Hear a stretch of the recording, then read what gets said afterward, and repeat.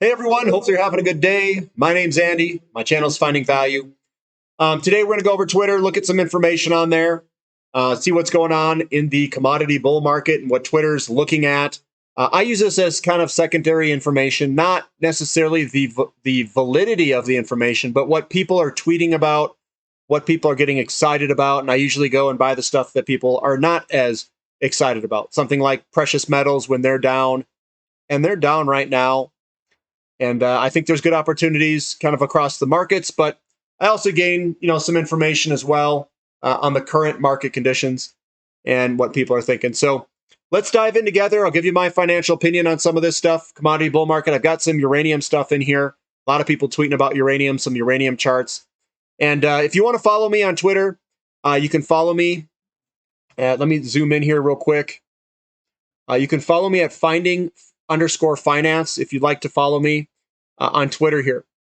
So looking at this, this is please retweet this simple and effective message from Brandon Monroe. Brandon Monroe is the CEO of Bannerman. And what he shows here is the coal waste. There's a lot of waste here all around it. You can see all this. It's polluting. Not a very good picture here for at least coal. This is nuclear waste, very clean, contained. Everything is inside and packaged up. All of the waste is contained within these barrels. None of it's leaked into the air like coal and whatnot. So nuclear is actually the cleanest form of energy that we have. It's cleaner than wind turbines. It's cleaner than solar. It's cleaner than everything. This is battery waste. You can see all the batteries and all the garbage here with it. This is nuclear waste being stored away in a waste facility, all contained. If you look at the wind waste, this is all the blades. This is a big picture view. They are actually burying all of the wind turbine blades in the ground, which is waste. And these blades don't last that long. They may last, I don't know the exact lifetime of them, but you can see they're just burying them. Nuclear waste, all contained.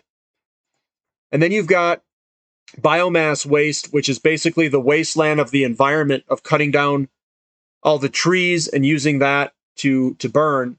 Nuclear waste is contained in small areas, and it doesn't really take much room because the energy fuel source is so dense in energy. So containing the spent fuel can be very energy. It doesn't take a lot of area to contain and store for that waste. Coming down here, this is, but at least oil industry knows the president has their back. It's a joke, though. He basically goes along and says, no more oil, no more drilling, no more this, no more that. And it was used as a joke. It says, is Uranium breaking out? What we have here is kind of a zoomed in picture. This is the 29th of August of 2022. We are moving sideways here, and we're breaking out of this resistance area. Uranium looks absolutely Hulk strong, looks really good. I think that we're going to see a very big move, potentially a very big move right in front of us. It looks really, really good. And the market conditions also support that move of a much higher move right now. This here is the SPX, which is the S&P 500. This is a 35-year, he says ABC. My mentor and trading veteran of 60 years, Larry, sent me this chart today. So this is the S&P 500. What this is here is the cycle, the real estate cycle is what this is actually charting. If you were to really look at this and break it all down, this is the disinflationary period. This is the inflationary period, disinflationary period, and now an inflationary period's coming. Inflationary periods have higher interest rates. And under a higher interest rate environment, bonds and stocks sell off and money rotates into energy and precious metals. But that's what this is showing. Obviously, they're seeing the same thing that I'm seeing. Here's Art Hyde, another big pro-nuclear piece from Bank of America this morning. Why we're ever more positive on nuclear. A year ago, this was the most bearish skeptical research team on Wall Street when it came to the industry, now predicting U.S. nuclear new builds this decade. So we're seeing a lot of positive developments and paradigm shifts in thoughts around people and how nuclear is becoming ever more positive. It says why we're ever more positive on nuclear, not a renaissance, but clear new day. And this positive momentum is carrying itself forward. It's probably going to carry itself into the uranium investments. And hopefully this is the beginning of that big move that we've all been waiting for. And if you guys need help in figuring out what companies you want to invest in, I've got the website, description link below, Platinum membership. I've got a whole bunch of really good information. I've got a question and answer session, 7 a.m. Saturday morning, Mountain Standard Time. You can ask me questions about uranium. We can go all through it. I can talk about the companies. I can tell you which ones have the biggest fractals, the best looking charts. And it doesn't mean necessarily that the fractals will play out 100% of the time, but it does give you a statistical probability edge over other companies where the big fractal DNA in the stock will most likely result in a little bit larger moves of those stocks. Here's one. It says, feeling confused with the sharp sell-off in oil? Be comforted, at least that you're in good company. Energy Aspects hosted an excellent conversation with this guy. I don't get it. Fundamentals eventually matter. This too shall pass. People are definitely confused because we're seeing inventories draw down still while the inventories are drawing down while the price is also declining. I think it has very much to do with the elections coming up. I think that they are releasing strategic petroleum reserves. I think they're messing with the paper markets potentially. I don't know, but it does seem a little bit weird. And that's kind of where my thoughts are. And them messing with this also will push down the inflation numbers for the CPI. And then I think they'll come back after they stop releasing the SPR. This here, another CNBC piece on uranium. We're seeing this across the media. So I think we are heading into the media phase. If you were to look at, if I were to type in stock bubble and kind of the phases of a stock bubble, and we were to look at this phase, we're basically at the media attention phase. So I think we had that one bear trap that we were talking about in this last pullback, where Scott and I were talking about a slingshot cheetah. That slingshot cheetah or false breakdown is where everybody gets scared out of it. It's the bear trap. Then we go into a media attention phase is where we're entering right now. So we're coming up out of this bear trap right now. We're probably in this phase in here. We go into the media attention, enthusiasm, greed, and delusion all the way up to the top there. So we have a ways to go. We're just starting this, I think, media phase. It's starting to get its airtime, so to speak. Here's Uranium Cordy. I thought this was pretty funny. You can watch that if you join the channel there. Here's Scott Menard. It says, since 1960, PEs have trended lower when inflation is higher. With year-over-year core PCE now at 4.6% and S&P trading at 19x, we should see stocks fall another 20% by mid-October, if historical seasonals mean anything. So what he's talking about is we've got increasing inflation, increasing interest rates, and price to earnings fall under these time frames because of the net present value calculation that they use with higher interest rates. And right now we are still overvalued, and that money is going to fuel this rotation of money out of stocks and bonds is going to fuel our uranium and energy type investments. And it's going to get a tailwind when that dollar, the DXY, rolls over and heads lower. You're going to see a big move when people convert money into dollars, and then those dollars get spent into the investments that hopefully that we're in and will benefit from. So that's precious metals, energy, and other commodities. Here's Uranium Bears. This is the Uranium Bears. It says, I'll get a better entry point when uranium equities blow through their 52-week lows in the next market crash. And this person says, sure they will. Now let's underperform those that have bought the lows and just held. This is me. I bought the lows and I'm just holding. I've also been adding in and averaging up into my positions. I am not waiting for that crash. I am locked and loaded, ready to go for this bull market. And hopefully that is coming. UseLink, we've had him on here. This is Casper. He says this 1 hour Renko chart of Encore Energy is stunning. At the gates, ready to go and break out. False breakout, and then we have another spot we're about to break out. So that's looking good. This is Global Atomic. Are you ready for the uranium squeeze consolidation area, breakout, consolidation area, and we're heading for that breakout at any second. We've got the top of this chart at about, what is this, 4 something.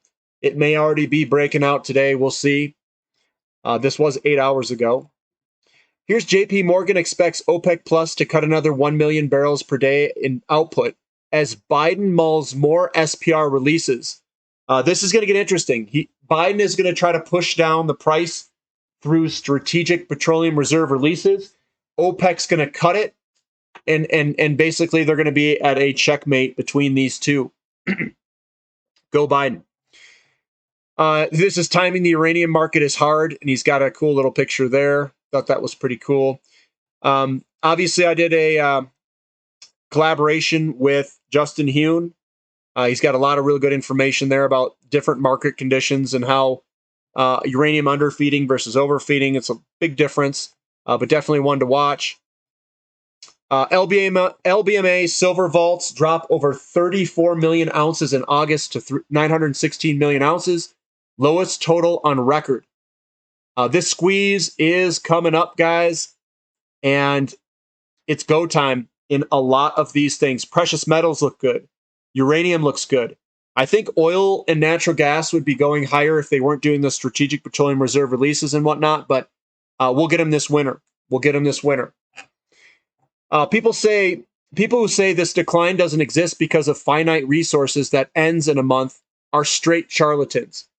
You know who you are. Credit to this guy for the graph. This is U.S. crude storage with SPR, and it is declining. This is not a healthy market. We are going to have problems here. You're probably going to see a large oil spike at some point in the future.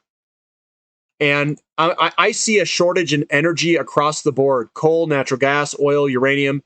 And I think the price of all of them are going to go up dramatically. I also think that eventually people are going to figure out that currencies are backed by energy, and a shortage of energy could also mean that we have a currency crisis, much like the 1970s, and people were worrying about that crisis in currencies. We saw precious metals go ballistic during that time frame. So I am very much positioning in precious metals companies and precious metals themselves because no one's really looking at them at this time. So I think energy, precious metals are the spots to be over the next 5 years, probably 5-10 years. Uranium is incredibly bullish here. Nice, good chart. We're breaking to the upside. This is actually even higher now. That's Sprott Physical Uranium Trust. That's looking really good. It says over the last 9 months, LBMA silver inventories are down 254 million ounces, or 22%. The primary silver repository in the world is seeing precipitous declines in inventories. We've got U.S. dollar strength, China lockdowns, Europe energy crisis, U.S. recession, rising rates. I get it. Yet inventories is the sum of total of all, the nexus of supply and demand, until fear of starts to show up in the actual data, which is only 1 week old. I remain bullish on oil. I am exactly the same standpoint, or I have the same stance or viewpoint as Eric Nuttall. If inventories are declining, that is your cleanest picture of anything. That is your balance sheet between supply and demand. That is where you get a glimpse of the interaction between those, and that's the resultant interaction. And if you continue to decline and you have declining oil prices, that doesn't make sense, especially if you're at very low levels of inventories already. This doesn't make sense. I'm going to just say that, and I'm remaining long in my oil and natural gas positions, and will be increasing my positions in all of these energy companies as we continue to move forward, as long as they're down. It says, September CPI will be the final CPI before the election, released mid-October. There's a reason that SPR releases end October 31st, with an extra 20 million barrels in the month of September. It's being used strategically for political gain.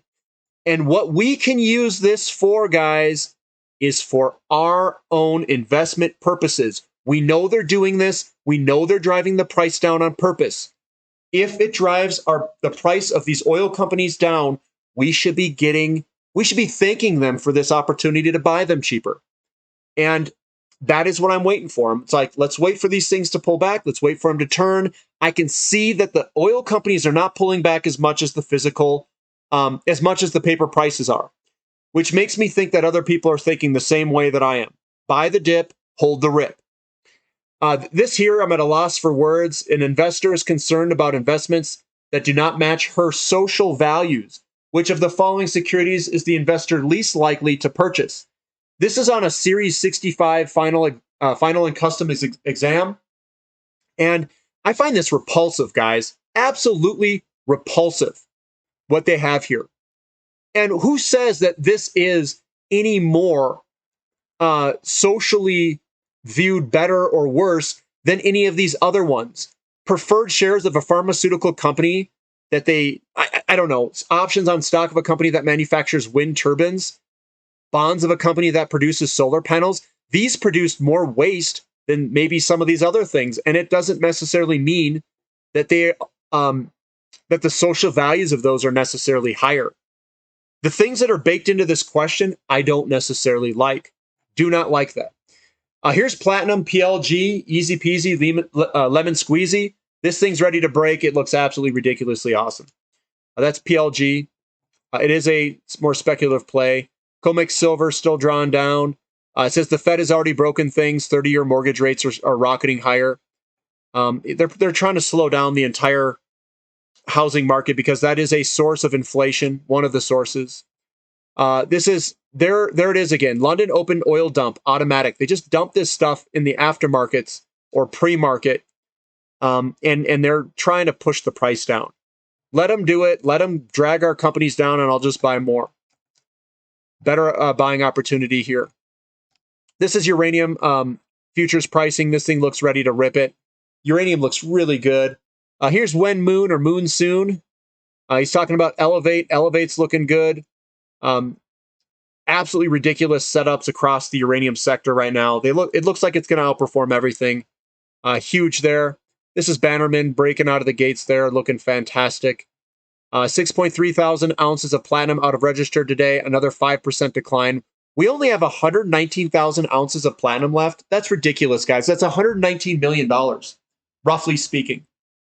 That just doesn't make any sense. That's nothing. That's nothing. And then I talk about some other stuff there, but I'll stop it there. That's what I'm seeing kind of on Twitter, guys. Hopefully you guys, get a kick out of this, get my, my opinions on it. And that's what we're seeing in the commodity market right now. And I think uranium looks ridiculous. I think what they're doing with oil is ridiculous. It's just creating another buying opportunity. I'll take it. I'll go buy a bunch of my favorite companies. I'm cool with that. But that's what I've got for now, guys. If you guys like the content, give me a thumbs up. Subscribe to the channel. Put in the description link. Commodities rule. If you made it to the end here, commodities rule. And if you guys want to join and see what I'm doing and how I'm playing this commodities bull market, definitely subscribe in the description link below. The Platinum membership's the membership that I would choose if you guys are interested. We've got a question and answer session coming up Saturday at 7 a.m. Mountain Standard Time. It's a Zoom call. Anybody can join that's a Platinum membership, and you can ask me questions directly. We can look at charts. We can look at different companies. You can ask me the risk reward and all these things, and we can evaluate it together. I also do some trainings. I've got previous trainings, previous question and answer sessions. I do midweek updates on things that I think that look good.